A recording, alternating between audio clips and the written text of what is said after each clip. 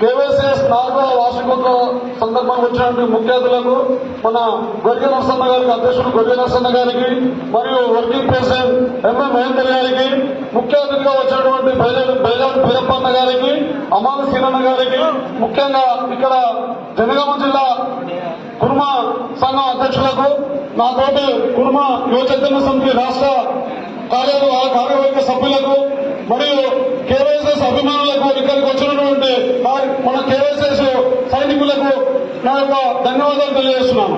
ఈ రోజు కేవైసీఎస్ 4వ వార్షికోత్సవం జరుపుకుంటామంటే ఈ రోజుకు 4 సంవత్సరాలు 4 వసంతాలు పూర్తి చేసుకుని 5వ వసంతంలో మనం అడుగుతున్నాం.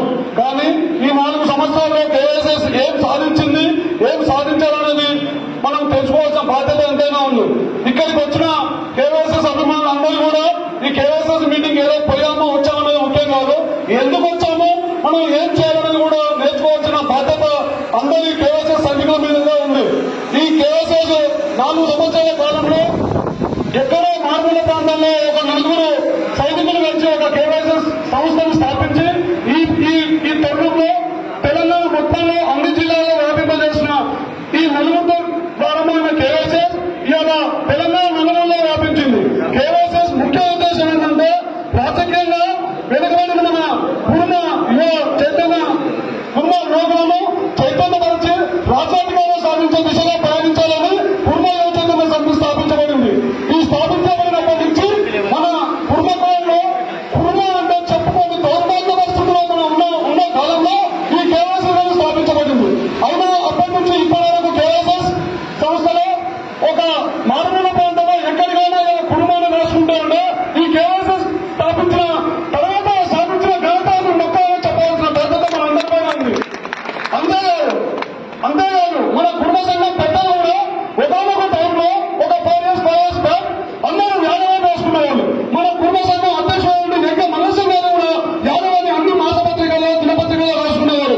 ఇవాళ ఈ రోజులో కేవైసీఎస్ వచ్చిన తర్వాత ఎక్క మనసు గారు కూడా ఈ రోజు కుటుంబాన్ని రాసుకుంటున్నారంటే అది ఓన్లీ కేవైసీఎస్ కాదని మరొకసారి తెలియజేస్తున్నాం.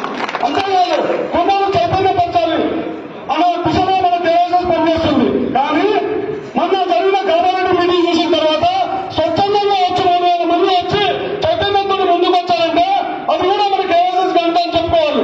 ముఖ్యంగా రాజ్యాధికారం అంటున్నాం, కానీ రాజ్యాధికారం ఎలా వస్తుంది అది కూడా ఆలోచన ప్రశ్నించుకోవాల్సిన అవసరం మనకు ఎంతైనా ఉంది. అందరూ అంటారు రాజ్యాధికారం కావాలి, మనం చైతన్యం కావాలి అని అంటారు, కానీ రాజ్యాధికారం ఎలా వస్తాయని ప్రశ్నించుకోవాల్సిన అవసరం మన అందరిపైన ఉంది. రాజ్యాంగం రావాలంటే చైతన్యం కావాలంటే అందరికీ విద్య అనేది చాలా ఇంపార్టెంట్. ఆ విద్య లేకపోతే ఏది రాదు. ఆ విద్య వల్ల జనాల్లో చైతన్యం వస్తుంది, ప్రశ్నించే తత్వం వస్తుంది, రాజకీయం కావాలనే ఆదాయం వస్తుంది. కావున అందరికీ విద్య చదువు నేర్చుకోవాల్సిన బాధ్యత మనందరిపైన ఉంది. వారు అనుకుంటారు నేనేదో నేర్పిస్తున్నాను, నాకు అవైలబుల్ ఉండే చేయాలంటే డబ్బులు అయితే అంటారు. నేను ముఖ్యంగా చెప్తున్నా సోదరులారా, మీరు ఏమని అనుకోండి, 6 ఎకరం భూమి అమ్ముకోవాలన్నా పిల్లల్ని చదివించండి, అప్పుడు మనం బాగుపడతాం. అదే అన్న కల్చర్ ఉంది, 1 ఎకరం 2 ఎకరాలు భూమి అమ్ముకోవాలన్నా అన్న పిల్లలు చదివిస్తారు. ఎందుకంటే వారు చదివిన తర్వాత అలాంటి 2 ఎకరాలకి 4 ఎకరాలు ఉంటారు. వాడే ప్రయోజనం లేకపోతే ఉన్న 4 ఎకరాలకు దాడి చేస్తారు. కనుక ప్రతి ఒక్కరు చదివించి ప్రయోజనం చేయాల్సిన అవసరం ఎంతైనా ఉంది. మరియు అంతేకాదు మన కుటుంబంలో పుట్టిన ప్రతి వ్యక్తి రాజ్యాధికారం వైపు ప్రయాణించాలి, చదువులను నేర్చుకోవాలి. రాజ్యాధికారం కూడా ఓడిస్తే రాదు, రాజకీయం అనేది ఓడిస్తే రాదు. కనుక రాజకీయం ఏ నాయకుడు కూడా మనకి ఇవ్వాలి. ఎవరైనా సరే వారు సర్పంచ్ పోటీ చేయరా, ఎంపీసీ పోటీ చేయరని ఏ లీడర్ రెండో మనం ప్రోత్సహించారు. మనమే రాజ్యాధికారాన్ని గుంజుకోవాలి. రాజకీయం ఓడిస్తే రాదు, గుంజుకుంటే వచ్చేదా రాజకీయం అని ఈ సభాముఖంగా తెలియజేస్తున్నాడు. అంతేకాదు ఇప్పుడున్న సమాజంలో మన అన్ని అధికార పార్టీలు ఎన్నో మీటింగ్లు పెడుతున్నాయి.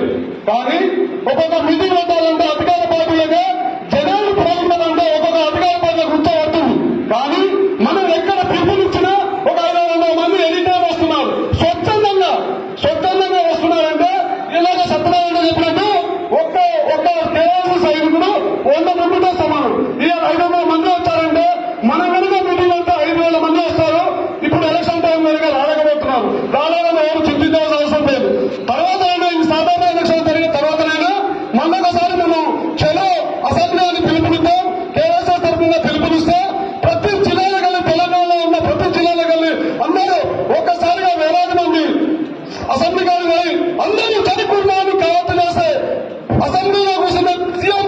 ఇప్పుడు ఊరిపోవాలని తెలుసుకుంటున్నాను.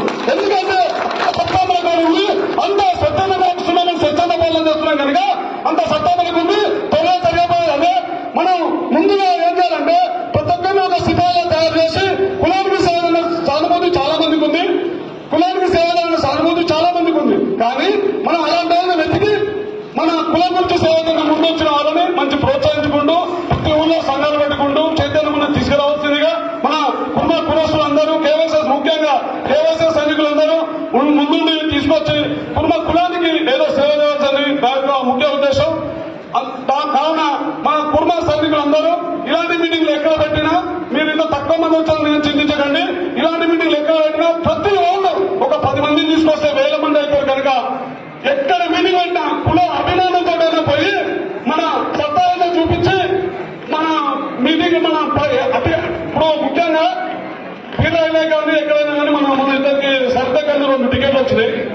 ముఖ్యంగా చెప్పవచ్చుకున్నా వాళ్ళ టికెట్లు వచ్చి మనమేం చేయాలి, మనమేం సహకారం చేస్తాం అనుకోకండి.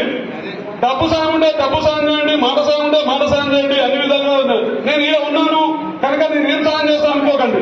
ఇవాళ మీరు ఎక్కడ ఉన్నా తెలంగాణ ఎక్కడ ఉన్నా మనలోకి మనం సేవ చేయాలంటే మనం ఆ ప్రజలకు మనం గెలిపించుకోవాలంటే ఇవాళ ఉన్న ప్రింట్ మీడియా అనుకోండి, ఎలక్ట్రానిక్ మీడియా అనుకోండి, వాట్సాప్ అనుకోండి, ఫేస్బుక్ అనుకోండి, మనం హల్చల్ చేయాలి. గెలిచిందే మనోడు అనే సత్తా తీసుకొచ్చి అన్ని ఛానల్లో తీసుకొచ్చి